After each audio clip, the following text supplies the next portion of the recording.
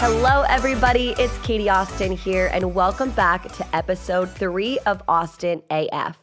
Today's guest is the one and only Mark Sanchez. So I like to say he's also a friend, so it does stand for and friends, but Austin and football today.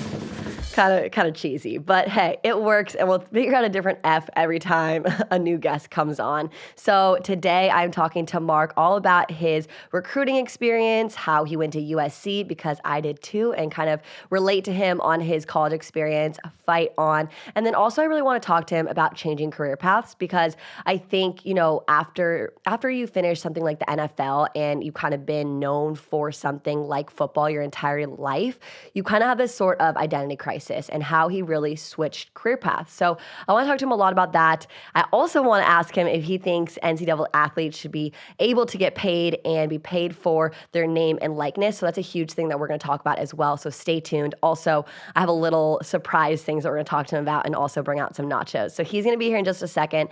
But before he gets in here, I do want to touch on Katie's Daily. So if you guys are new to the show, this is where I give you guys an update on my life and something that's going on, give you a piece of advice. And so I'm really, really freaking excited because I finally get to tell you guys I am shooting for Sports Illustrated Swimsuit.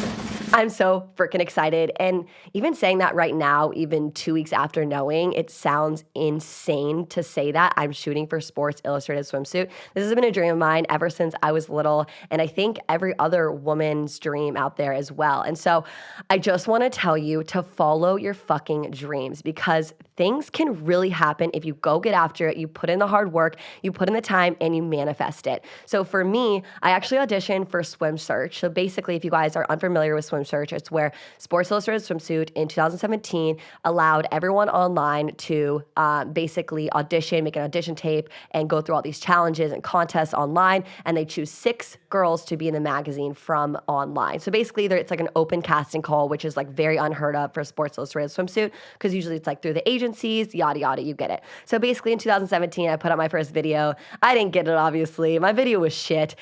This is my 4th year really auditioning and trying to get a part of Sports Illustrated Swimsuit, the amazing female franchise. I think it's one of the world's leading media companies for female empowerment as well. And so the sense of community that Sports Illustrated Swimsuit has really created around their magazine is insane.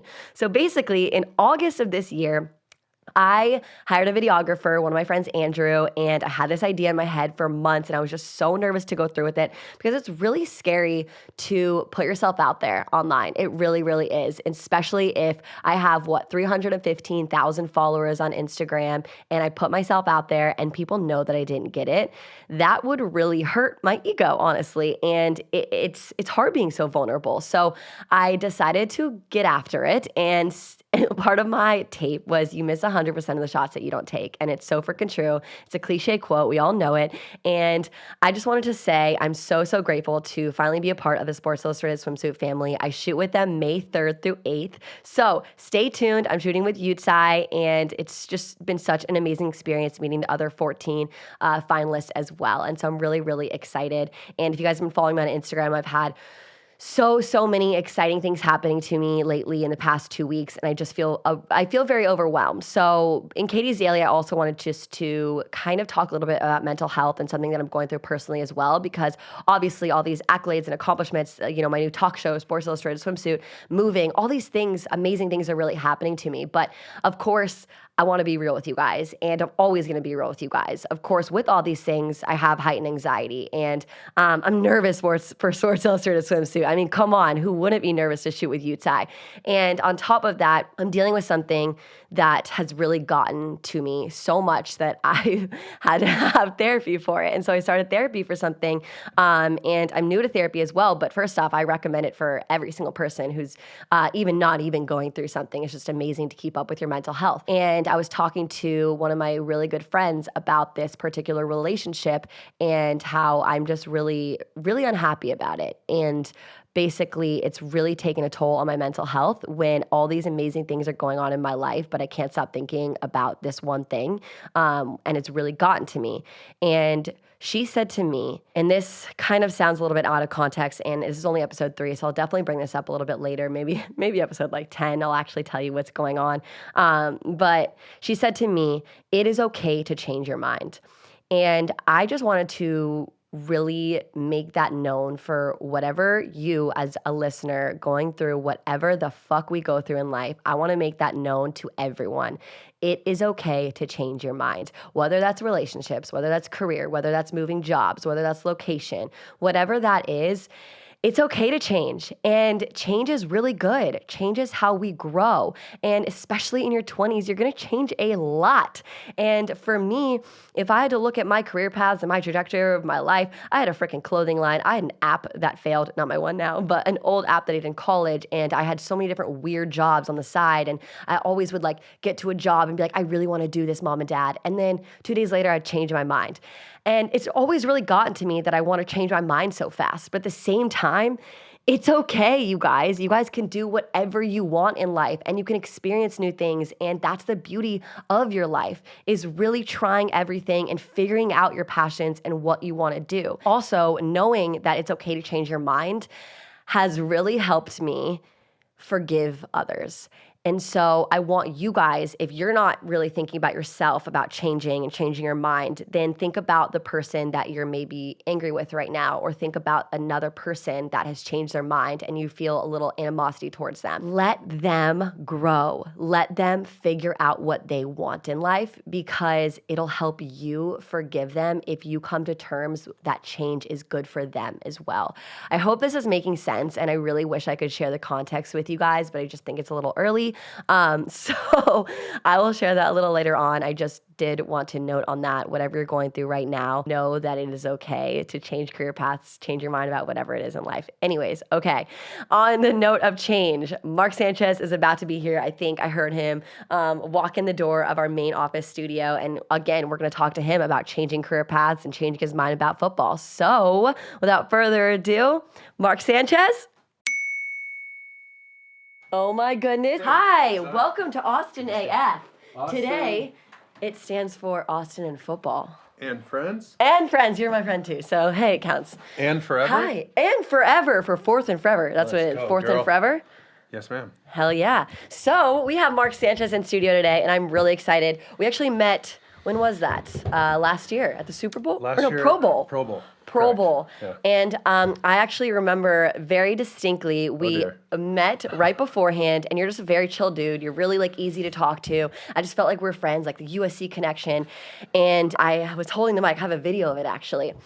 And you're supposed to be kind of proper, you know, like, everybody, this is Mark Sanchez. Woo. And I said, what's up, dude? This is Mark Sanchez, guys. And I was like, Katie, what the hell was that? I'm really sorry about that introduction. Really yeah. Everybody was pretty upset about that. Yeah, you know, can't forget it. I have that part on video if you ever want to watch that. Yeah, Everybody's okay, like, cool. boo, Katie, Yeah. Mark is a man. Yeah, exactly. They carried me out on their shoulders, normal stuff. All right, so I wanted to kind of start a little bit in chronological order of your life, and starting from high school. Conception. Starting from actually when you came out of the womb. Let's start there. No, but starting from high school, because you went to Mission Viejo. Correct. And I don't know if you know this about me, but I did Prep Zone for 2.5 years. What? The Prep Zone show on Fox Sports West. Oh, no way. Yeah. Whoa. So very cool. the so you're orange. covering all the high school athletes going to college, all that? Yes. Very good. And that was Lindsay Soto, who's now Lindsay Rhodes at the NFL Network. That was her gig forever ago when I was like a little guy. Amazing. Watching, so I know exactly what you're talking about. Cool. Well, I did that for 2.5 years, the Prep Zone show, and I learned a lot about high school football, especially the Orange County schools. Yeah, it's good. Yeah, it's crazy because I came from Virginia where there's no football. Yeah. Okay, so it's the landscape's definitely changed now, but when I was in school, a lot of kids would transfer to different, at the time, big public schools. So it was Los Alamitos was really good, Long Beach Poly was really good, Mater Dei was really good, but a lot of kids would go to bigger public schools, and we had a great coach in Bob Johnson who attracted a lot of talent. And what's unique about Mission Viejo is they have a farm program. They have Future Farmers of America program and a working farm on campus. So that was our in, because for you to transfer to another school, you needed a reason to not have to move, or else you'd have to physically move houses. And that's a lot of money for these parents and their families and everything. So a lot of people couldn't do it. But if you said, hey, that school has a program that my school in my district doesn't offer, then you can go there. So we got a bunch of kids to show up, and they had to go take agriculture classes. No way. They're milking cows and then scoring touchdowns. No freaking way. That's actually great. so crazy. It was really cool. And then last week, they just started up this spring season that was delayed for COVID and everything down in Orange County. I got to take my son to a game last week. Oh, and we were good. behind the goalpost when they'd score touchdowns, trying to catch the extra point and everything. So he had a blast. Sorry, I didn't finish the landscape. So nowadays, all the Catholic schools get all the good players because some of those schools, it's private. Yeah. They get really good education. Makes sense. And they'll essentially, scholarship a kid and bus them in from wherever. And, hey, come to school for us. And they send a bus out, and it shows up with 10 to 12 of the best players around. And oh my that's kind of how it's crazy. all changed. Yeah, so the Trinity League now, it's Mater Dei, it's Bosco, it's Orange Lutheran, San Margarita. Mater Dei was always good St. John when I Bosco, was- or J. Sarah. Yeah, J. Sarah was really So good all too. those schools are, they're top. For sure. And then I want to also talk about the recruiting process with that, and then Mm-hmm. your specific experience with it as well. Like, how exactly did you get to the next level in college? Because that recruiting process is crazy. I remember interviewing some of the high school students, Yeah. and honestly, interviewing high school students was my hardest job I've ever had. I bet. Because I'd be like, so where are you thinking for college? And they'd be like, Yeah, they don't I say don't know. jack. And they were just mumbling, and I'd be like, God damn it, freaking say something, anything Yeah. right now. So how was your recruiting process?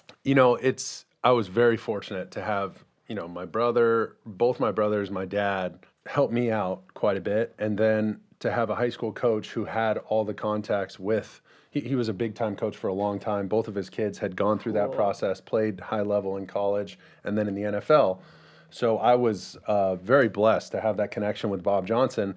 And this was old hat for him. He'd done this 100 times and with his own kids. So we were very comfortable with his, letting him take the lead and explain to us what we were going to experience. And he also filtered out any of the BS and all the nonsense that you don't need to deal with. Right. So I got a pretty great experience. I remember taking my visits. I went to Ohio State. I went to Notre Dame. I went to Texas. I tripped to UCLA also. But and USC ended had up- your heart. USC, they really did. It was tough to compete with. They had already put out Carson Palmer. Matt Leinart had just won the Heisman. And it was like, hey, we're pumping out quarterbacks. Even our backup quarterback, Matt Castle, is going to go get drafted and play in the NFL as a quarterback. You're like, damn, where else would I go? Yeah, right? next question. It was tough though. Coaches like Jim Tressel at Ohio State and Mac Brown at Texas at the time are very tough to say no to. But I remember Coach Tressel. This is one of my favorite recruiting stories. But we're there in his office, and I'm all but committed. You got to understand, they do everything for you. They had the band there in the stadium, just me and my dad. The band's rocking, singing the fight song. I got an Ohio State jersey on. We run out of the tunnel, and I'm in the horseshoe at Ohio State in Columbus, Ohio, thinking like, damn, I'm going to go to school here. This is awesome. They throw my highlight tape, my high school highlight tape on the big screen, on the Megatron, and they audio dubbed Keith Jackson, who's a very famous sports announcer. He used to work for ABC. And he goes, and the young sophomore from Southern California takes the field in the Rose Bowl for the Buckeyes. And I was like, what I'm in full the tears. hell? I was like, damn, this is Oh awesome. my gosh. So I was like freaking out. So then we go to Tressel's office. And I mean, poor guy, the one thing he said that kind of freaked me out is he said, it's awesome. We play our rival, Michigan, right around Thanksgiving every year. And get this. And he kind of like, get this. Yeah. The last 10 years straight, it snowed for the game. I mean, how awesome is that? And you're he's talking to like a SoCal SoCal, kid. yeah, And I was yeah. like, No. I kind of looked at my dad like, I'm After out. all this. I'm like, SoCal, No we way. drive 2 hours to the snow. We don't get snowed Oh my on. gosh. So it was, that was kind of the nail in the coffin. Then the other one was so fun was Texas. Mac Brown, who I still have a sure. relationship with because he worked at ESPN before I got the job on the ABC Saturday College show. And so we talk to him all the time. Now he's the head coach in North Carolina. But, man, he was tough to say no to. Like, I'm he sure. arm around you the whole time, telling you everything's going to be It's awesome. really heartbreaking saying no to a school, I feel Oh, like. it's tough. It's tougher than you think. And then you're you like get a Coach Carroll, 15-year-old, who's like, 16-year-old kid. Yeah. Oh, yeah. Oh, So, it's like, how do you even know the rest of your life or what you're about to do? you don't. That's You why so don't. many kids transfer. Yeah, it's so true. The transfer portal's big now, but When you brought up a recruiting story and what they did for you, at Ohio State. it was just like that for lacrosse. Come on. It was kind of. They brought me to the Coliseum, at USC, nothing like that.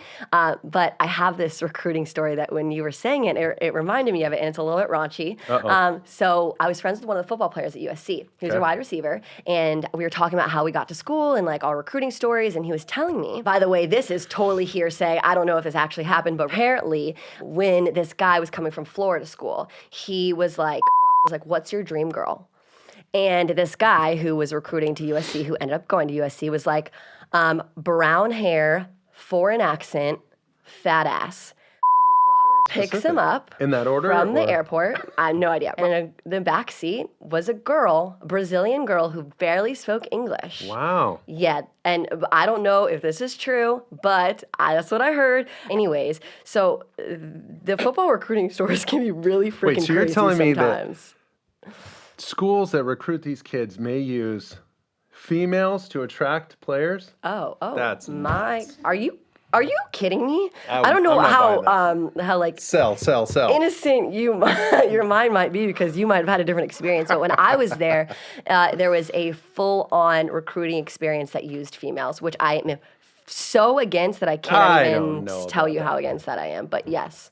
But anyways, what would you tell your 18 or like even 17-year-old self going back into that kind of mindset when you're choosing the school, you have no idea what's about to happen?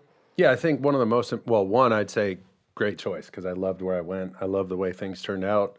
But a lot of it has to do with what do you want after, right? And just like anything, you got to start with the end goal in mind. So yes, I want to get a very good education.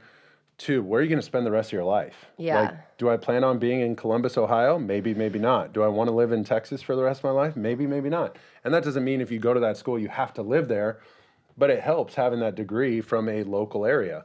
Well, the schools I was looking at, fortunately, their degree and that diploma had some juice all over the country, if not around the globe. So that was important for me. And then, being close to home. I think there's something to that. Not to say that some kids don't need to go away, that, might not have the best relationship with their family or their home environment's not ideal and they need to get away from that.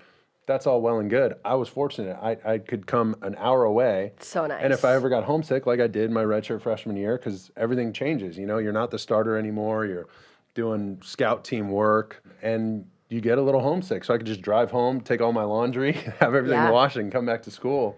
Those were important factors for me. But everybody's got to weigh those for themselves. It's very subjective to what you want. But I think the most important thing would be start with the end goal in mind.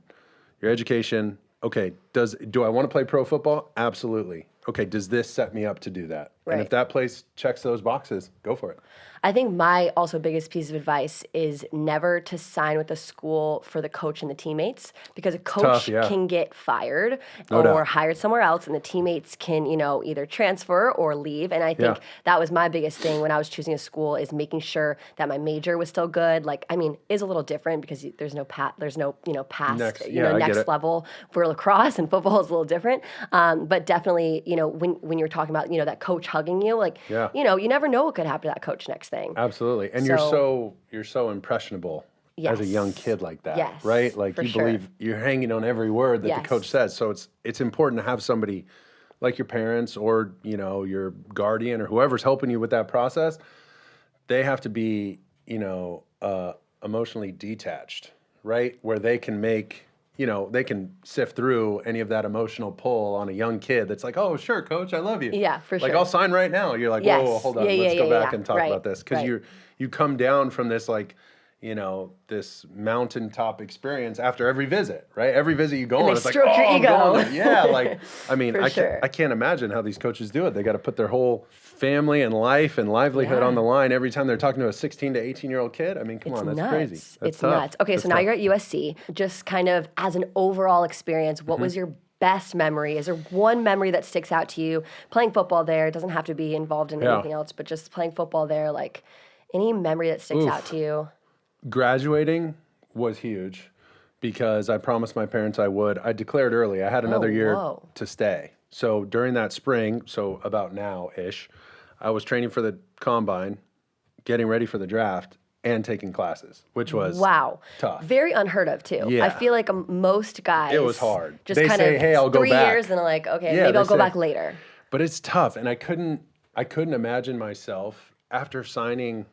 You sign a $50 million deal. You're just kind of like, why go to school? Why go to school? Why again? graduate? But it was something I promised my parents. My dad really pushed that hard, and he's like, listen, if you're going to leave early, I'm not going to stop you, but you need to graduate, and you only have a couple credits left. Why don't you just knock it out? And I was like, oof. So I was doing workouts in the morning, in Orange County, drive up to school, go to a couple classes, or do stuff online. Boom, drive home, do another workout, and then do it all over again. So but it was worth it. 100% worth it. And now you can go back and say that you Arnold Schwarzenegger spoke at our graduation, our commencement. Yeah, that was great. And his advice, I don't remember any of his advice other than he said, when in doubt, marry a Kennedy. And I thought that was awesome. Because he gave like the work hard, do your best, have a good group of friends. Was it hard to understand him when he was giving the speech? A little bit. But it was I just remember that line. It was so funny. Isn't that funny how you just remember certain things and they stick with you forever? He nailed my gosh, it. I was that's like, so good point. Your life's been pretty good since you did that. The one thing that I always thought about as a football player at USC is never being able to tailgate. I guess I didn't really think about it. Our tailgates were insane. And I'm sure really you've seen photos and maybe now like you've gone back and see, but like, oh my God, walk you never us through. Yeah, you're right. Never gotten to I've done like the athletic department tailgate since I've graduated. Yes. I've taken DJ to a game, my son. And God, he had a blast. And the food was great and people are having a blast. I don't know. You're right. I'll never know what it's like to do it as just a fan because once you've played there, like I can't go in there, with a baseball cap. Also, everyone's going to be Mark Sanchez. So it's really different. It's different, but for sure. Yeah, you're right. I guess I wouldn't. Yeah. Speaking of, thanks a lot.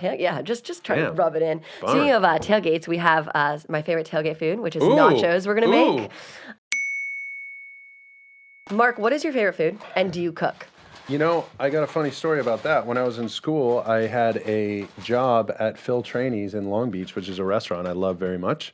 And I worked in the kitchen. Did you really? Like a sous chef. Wait, when? Basically in prep college? Chef. Yeah, 2 days a week in the summer for my last 2 years of school. While you're the quarterback of USC? Yeah, over the summer. That was my summer internship. I went 2 days a week. Moly. And it was awesome. I made a great chicken marsala. Wow. I know this sounds so gross, but I made a pot roast salad. I know, it sounds weird, but it is incredible. I can make the double fried deep cheese whatever. Those were great. And the guys on the team would come every once in a while and eat, and we had a blast. Wow. Okay, so you have a job in college, probably because you had to make money, because you can't make money as a football player. What do you think about being paid as a college athlete? Oh, I mean, it's coming. For your college likeness? It's already coming down the pipe. I think. I think it should. So here's my only issue, right? Is like, let's say you're a gold medal swimmer at USC, okay, and you've won an Olympic medal, and you want to have a swim camp for kids, okay, over the summer. Well, you can't advertise it with any SC logos or anything because that's violating your amateurism and now makes you some sort of professional to get paid that way. I think that's a little ridiculous, right? If a football player wants to have a football camp and he just won the Heisman Trophy as a junior, he can charge kids to come to his camp and then promote it any way he'd like. Plus, I really want that video game back because I love that college video game. Oh, wow. And all the players would get paid just like in the NFL. As they should, too. Yeah, I mean, it's just... They get a stipend. Here's the difference. Like, certain schools, just like everything, the rich get richer in a sense, right? Because the blue bloods of college football will always have big-time donors that are going to, at some point, I would assume, guarantee, hey, we can guarantee $50,000 of marketing for you in, 5 different appearances at, you name a Trojan... a stronghold for USC at some golf club nearby. You don't think there's plenty of people at, name the golf club that would love to hear the quarterback of the team go speak and then he gets paid $10,000? And why not? Because it has nothing to do with taking away from your money as well. And the one I think is why it not, I guess, makes me angry, but it does make me angry how right now NCAA players can't be paid for social media brand deals. Correct. And these guys can make a ton of money. Oh my gosh. Trevor Lawrence, Justin Fields, those guys make a ton of money. I mean, some of these social media, some of these athletes, that are still in college have 1 million followers. Oh, yeah. And with 1 million followers, you can make $15K a post. Which Easily. Is such good money for these college players who just get a stipend. It's great money for college players. It's great money for their family. Now you got to figure out a way to manage it, right? Because I just feel like, do you give them all the money right away? Is there some sort of like, okay, you can pick between these 5 things. You can get, healthcare when you're done with school for 10 years. You can get whatever, or an equivalent to what you've made, something like that. Does it go into a trust that you get when you graduate? Like there's a lot of different... a lot of ways to do it. There's a lot of ways to do it, a million ways to skin the cat, but it's a very slippery slope. And now you're going to get, the local Audi dealership, I don't know, is going to be like, yo, Justin Fields, here's a car. Thanks. Come sign autographs at our place for 20 grand, for 10 grand, for 5 grand. Like, that's awesome. In college? That's so much money. So much money. It's just so overdue, though, too. It's just it was coming for a long time. What's crazy is people had thought about it before, but when I was in school, it didn't even cross my mind. Right. I literally didn't even, like all the jerseys, the money you make for going to a big bowl game, I didn't even think about that. Right? Because I got cool gear for football. I got food that I needed. You're just grateful. You're very grateful. I put gas in my car and I had groceries at the house. Like, I was okay, right? And that wasn't from home. Like, my dad wasn't supplementing any money. I remember I wanted to move off campus. And I was like, hey, all these guys on the team are moving. Their parents are giving them a little money. And he goes, okay. And I was like, well, can I get a little bit of money so I can move? He goes, they send you a check, don't they? And I was like, yeah, it's like $1,200. He goes, well, I'm sure you can find housing for that. And I was just like, not in downtown LA. So not downtown. So I moved off campus on Ellendale. Oh, man. But I loved it. I did love that area, too. Does that ever... dog, that was awesome. Yeah. Does it ever make you... I wasn't. But did it ever make you angry that, like, knowing how much money USC or, like, as a football player, how much money they made was off left you? on the table, and it was like, shit, how much money I could have made? I don't know. I just feel like it was a different time, right? I just didn't think about it. A lot of people didn't really think about it. Now the cat's out of the bag and you know about it. It's a thing. Yeah. And kids are so hip to that and wise to that. And they understand their influence with social media. And it's a trickle down effect. Like they see all these NFL, NBA, MLB stars, and basically they use their voice and their platform to get things done, to affect change.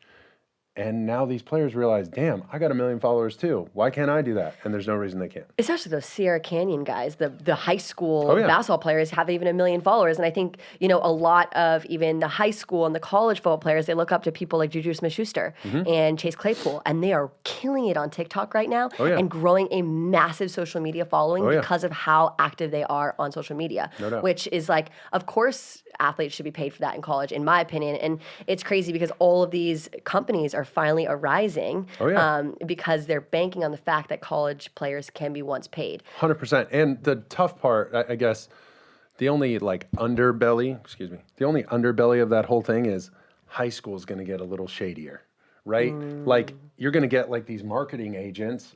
Right, think about it. You're not going to, I'm 18, 19 years old. I'm barely figuring out how to decide on a school. I'm picking classes. I got to find a place. Oh, yeah, and I got to negotiate a deal with Siete Chips. Like, what? Totally. Sure, I'll take $5,000 when somebody who knows what they're talking about, understands the landscape, understands the marketplace. Yo, you should be getting $10,000, not $5,000. You know what I'm saying? So now you got to pay somebody to represent you. So does somebody represent you as a whole? Is it like a new, like the Players Association? There's a lot of things that need to get worked out. It's not going to be a seamless transition. And as my dad being an agent, he just never wants to deal with anyone below the age of like 19. Yeah, it's hard. It is so hard to deal with those kinds of... They're so emotional. They change their mind all the time. And the parents are tough. Oh my gosh, the parents are really, really 100%. Tough. All right, so these are some healthy Salt Bae, healthy tortilla chips. We got cheese, beans, and roasted corn on here. We're going to throw them in the oven for just like 3-4 minutes. That's crazy. You got an oven on set. I Unbelievable. know. Is that an easy bake? You know it, toaster. So the nachos are ready and they smell so good. Let me just take them out of my little toaster oven right here. Wow. Want to smell them? Look at you. It smells delicious, right? I can't smell or taste anything, but... Wait, really? I was like, oh gosh, is this the case of the pandemic we won't talk about? Just kidding. Okay, so I love green onions. Green onions are probably my favorite topping of life. Oh, wow. So... Do you like green onions? Yeah, go ahead. I'm allergic. I was like, well, Another too late. joke. And then avocado, a great healthy fat. Are they? Ooh. They're perfect. They're like great. Yeah. Okay. Okay, so while we're making this, I wanted to ask you what your workout routine is like these days after, an ex-NFL player What do you do because you're used to so much hard training? No doubt. I definitely changed up that regimen because I'm not training for anything really, other than I got a 4-year-old son who runs around like a, little monster. So I got to be able to keep up with him. I try and, eat as healthy as I can. I'd call that 75% healthy, 25% happy. Love that. And then to work out, it's 2 to 3 times a week. A very watered down version of what I used to do. So, some sort of agility, some sort of core strength and cardio, and then some lifting. But only 2 to 3 times a week? 2 to 3 times a week. Really? You look so fit and strong. Thanks. That's all you need? Do you Can I eat? eat these? Ever Better tried these? Bites Have you tried these? by Denise and Katie Austin. Look at me, I'm on the back there. Oh, Yeah. dear. You have tried these. Yeah. So speaking actually of companies. You like that product placement? Oh, love it. So speaking of companies, it's actually like my company right there. So I didn't invest in it technically because we own it. But at the same time, are you? I know, Flex. so freaking cool. Are you investing in any companies lately? And if you are, what are your best tips for investing?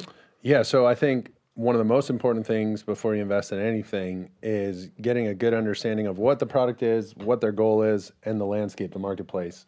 And then also who you're talking to through the brand, right? Like it's got to make sense. The vision that they're talking about, you got to align with it. And then you invest in people, right? You invest in people that you think will carry out what they're telling you. And it's hard to figure that out sometimes.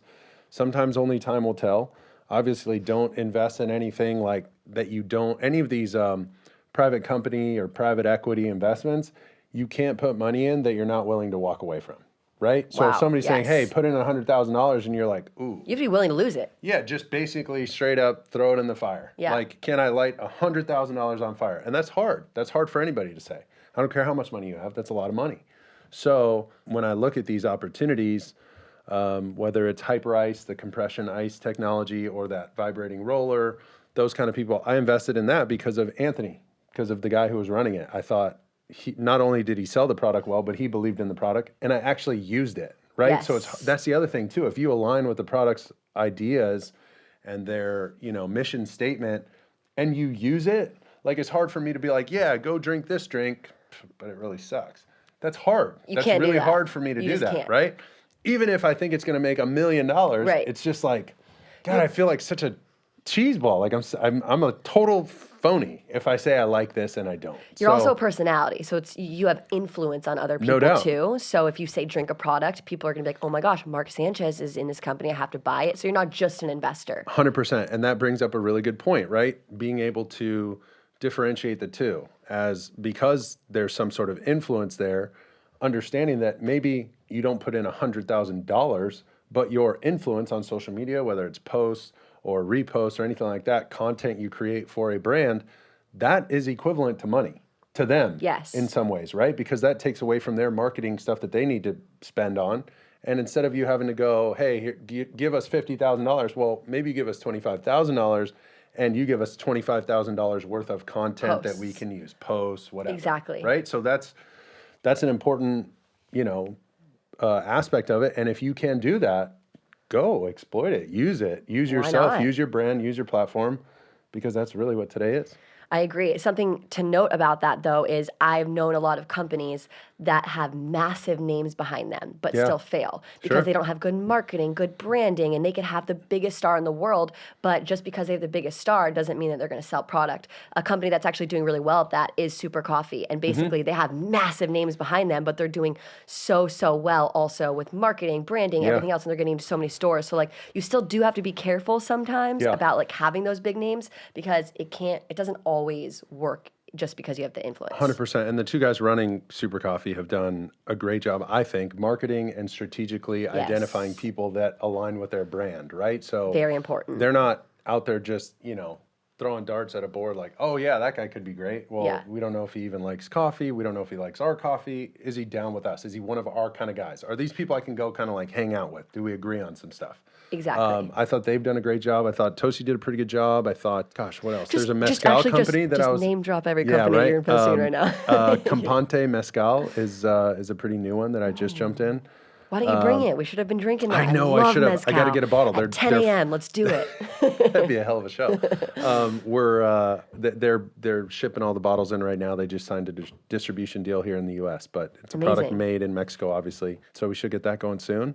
But they're fun, and a lot of times. So here's the other thing: a couple of things I've invested with friends, and that's really fun, or it could be really dangerous and toxic, right? Like if something goes wrong, and it's dude, you totally screwed me. So you got to understand who you're investing in and what the product is, and why you're doing it. You got to ask the question why, and you got to feel comfortable. Like I said, either throwing that money away or not dissolving that relationship. Hopefully, understanding that you can separate those two. I think working with friends is very hard to do and very tricky and very dangerous. I'll just say that. So let's eat those nachos because they smell absolutely delicious. Speaking of toxic friends, let's eat some nachos. I was like, I shouldn't get into that. Yes, salsa, the Sanchez salsa. Oh, gross. Heck yeah. All right, let's try these. A little fuel before I ask you a deeper question. I don't know if it's a deeper question. It doesn't have to be too deep. You can go as deep as you can go. Or as you want. I'm about as shallow as they come, so it's going to be tough. Go ahead. That was great. I like the chips. I want to eat all those right now. Plug. Okay. Let me finish doing. Ew. Sick. So much easier to sip a drink when you're doing this. Okay. So now, kind of a deeper question, and feel free to go as deep as you want, but after you finish playing football, it is a really hard transition because you are known for something your entire life.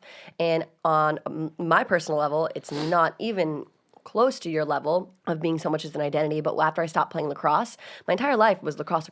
When I stopped playing, I was like, who am I? What am I doing now? Yeah. And I felt very, very lost. Yep. And I'm sure not everyone can kind of, be in that moment of what's next. And a lot of people can even relate to quitting a sport and not having that coach, that camaraderie, the team anymore. And so I want to know how you really dealt with not playing football anymore. Listen, I was very, very fortunate to have the support system I have, to have a son that was just born right when I was finishing. You, as much as it hurts to say goodbye to something you love so much, that you pour your entire life into, and is really your identity for a long time, right, wrong, or indifferent, that is who you are. You have to make the transition and remind yourself that is what I do or what I did. It will still be a part of my identity, but it's not everything. And that is a very tough thing to do. So I had a couple factors working for me, and I took advantage of some resources that were readily available. So the NFL does a couple different camps every off season. There's a public speaking camp, there's a business school camp, there's like a Hollywood business and filming camp, and there's a broadcasting camp, a broadcasting boot camp. And they're usually about a week, 5 days long. They're free. They'll pay for your airfare, hotel, and everything. You just got to get there and sign up. Super easy. Wow. I wish I would have done it every year, every off season, because it reminded me so much. I was a little jaded after playing in New York. The first couple of years are great. The next couple of years are tough. And in that town, you just develop like this calloused kind of feeling around you, and you don't want to talk to reporters, and you're like, these guys are a bunch of jerks, and da-da-da. It's not really like that. Like, they got a job to do, right? And so I learned that at that broadcasting boot camp. Plus, they have you run a mock podcast. They have you call a game, basically in the booth, and they'll run an old game, and they give you stuff to study. Like an audition? Exactly. You learn about the business of radio, podcast, TV, what different shows want. You're on a panel with 5 guests, 4 guests, 3 guests, you and one other guest, to teach you, okay, you have 30 seconds to answer this question. Well, it sounds simple. I know how long 30 seconds is, but to talk for 30 seconds and to lead with your best stuff in 30 seconds and then support it is different, as opposed to 45 seconds or a minute. So you just learn all these tools. They give you a bunch of tools and they help you. Then they send all those tapes out to all the networks, CBS, NBC, you name it. They send it to everybody. And that's essentially your audition tape. So after that happened, I was still kind of thinking like, man, what am I going to do? And I was going to call some games for USC Radio. I was going to, what else? Do a couple things with NFL Network, and then call a couple late games in the year for Fox. Well, boom, I get a call from ESPN and ABC. Let's go. They said, hey, we have an audition. We're auditioning like 25 people, just so you know. But it's for the Saturday gig because Mac Brown left. So it's Kevin Nagandi, Jonathan Vilma, and an open seat on this ABC Saturday show.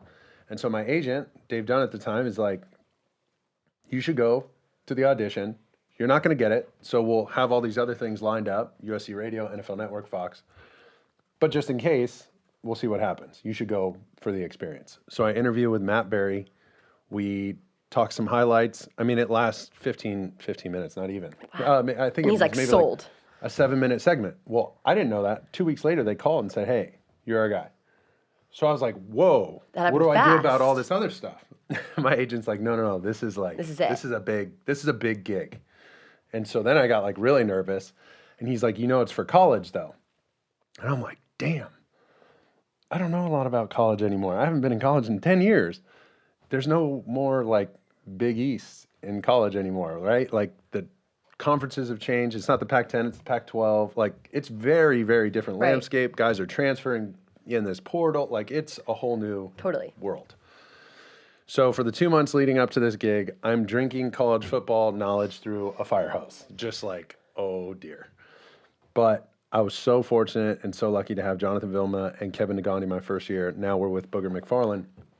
I've just did it for 2 years now and potentially re-upping in my next deal. So we'll find out here in a couple weeks. But it was such a joy to work with Kevin. Kevin's like, to use a basketball analogy, he's like an amazing point guard who sets you up with like perfect passes, right? Because he studies, he knows what we're doing, and he knows how nervous I am, but he knows I have the information, and he knows I have a unique lens to watch these plays as a quarterback and give my commentary. Right. So that's what he pulled out of me. Team player. Yes. And so, he would make sure that I was ready. And like he knew that I was going to study. I would know the material. And then he would ask it in a way that just elicited these great answers because I'm just talking. Right. He's asking me a football question. I give him a football answer. That's it. Like he reminded me of that. It doesn't have to be any harder than that. He goes, because you can pull people behind the curtain, show them what it's like in the locker room, in the huddle, on the field, that nobody else has. He's like, so you just articulate that the best way you can, and that's it. And get right back out. I'll take the rest. And I'm just like, damn, dude, you're the man. Making it so easy. Yeah, he made it so easy. And then you get comfortable enough to kind of do the back and forth dance with him. And, we talk highlights, we talk whatever. And if I can fit in what I'm thinking, now I know 10 seconds, 30 seconds, 20 seconds. Right. I got these down. Like I know how much stuff I can say. If I have a whole minute, I got 3 points and I'm supporting all of them. I feel like you have to have a mentor like that. Oh yeah, that was huge for me. Another guy, Jerry Madelon, helped a lot. But like I said, I was very fortunate to get the opportunity. I'm glad I did it. I'm glad I used the resources that were available. It takes a little initiative on your own part to make that pivot, right? And then I tried to capitalize on it as best I could, and I think I did. Yeah. Amazing. Going back to, that pivot of the career path, I think athletes have this very unique transition in life that most athletes actually, end their careers around 30 years old. Mm-hmm. And that's really hard and very unique to the rest of the world, a regular job, because that's usually, you start your regular job right out of college and you kind of go along this path. And it's not only figuring out a new career, but it's that mental health aspect. No doubt. What advice would you give to anyone, not even an athlete, maybe in their mid-20s or their mid-30s, even like someone like my dad figured out his job at 35 years old. What would you give to that person who feels so lost right now in their career and don't know what to do? It's hard because I have a unique experience because everything's kind of backwards, right? You get all this money, you're doing all this stuff, and then you get thrown out into the world with a bunch of money, but you don't know a lot, what to do. Right? Like you don't know a ton about investing, about buying a house, about fixing a water heater. Most people just blow their money, I just think about stuff that I've done recently, and I'm just like, oh yeah, when do you even learn that? Like I've been busy for 10 years playing ball. Crazy. So it's weird, but I think one of the most important things is, obviously you go to college, you try and find a major that will fit, what you want to do. But you see so many people working in fields that they never even imagined. So it's not the end of the world if you studied history and you want to go, work in radio. Probably not the best path, but it can work. So for me, something like communication was a great degree to fall back on. I think that's important. Then the other thing is, and I've heard this since I was really young, find something you're really good at, find something you're really passionate about, go do it, try and do it better than anybody else, and go get paid for it. I mean, that's hard. That's hard for people to do. But the other thing too is, you see a lot of people bouncing around from gig to gig. Well, I didn't get the promotion in 2 months that I wanted, blah, blah, blah. Some of the stuff you got to stick it out. Some of the stuff you got to fight through it, deal with the adversity, work your way up through a company. I know that sounds weird nowadays, but you got to fight through some stuff. And so you're not always going to get. I was prepared if I didn't get the ABC gig. Right? I guess that's the best example. You always have a backup I had plan. 3 other things ready to roll that were going to occupy my time, get me involved in media and sports, specifically football, college, and NFL, because that's what I know. So I was like, okay, I'm ready with this. If ABC happens, let's roll. That's kind of my plan, and that would be my advice to somebody. Have something you really, really want, but also have a backup plan. Love that. Speaking of media, the media has changed vastly in the last 2 years, and it's now very social media based. Yep. And we see, like we mentioned earlier, a lot of athletes on TikTok, and you see Juju Smith-Schuster using Instagram and TikTok very well. Are you on TikTok? I'm not. I don't think so. You're not on TikTok? Have you ever made a TikTok? Am I going to be the one who has Mark Sanchez's first TikTok? You might be the first one. Yes, let's go. That's kind of how you burst on the scene, I feel like. Is somebody like...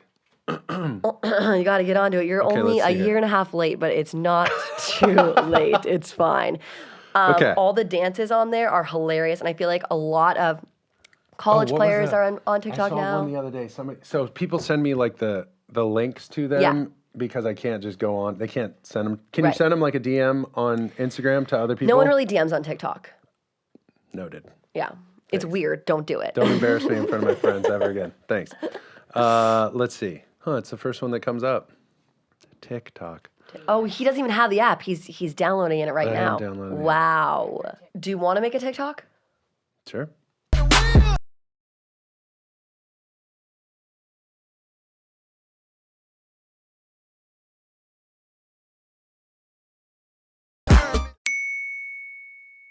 If you had to live by one quote, one mantra, one saying, what would it be? I know, a big question there. It could be 2. Why didn't you hit me up last night with one of these? I could have thought about it. This is why we ask it, because it wants to be very, boom, authentic. Don't think about it. First thing that comes to your mind. My yearbook quote was such a cheeseball, but what did I say? Success before work is only found in the dictionary. I don't know. That's like such a silly one, but it's so true. I had to think about that. I'm not going to lie. Well, I could show you a dictionary. Have you ever felt? I was like, success before work. S-W. All right. It's just the alphabet, but TikTok's good. So anyways. Yeah, success before work is only found in the dictionary. So essentially, you got to grind at stuff, right? You got to research. You got to do the research. You got to study.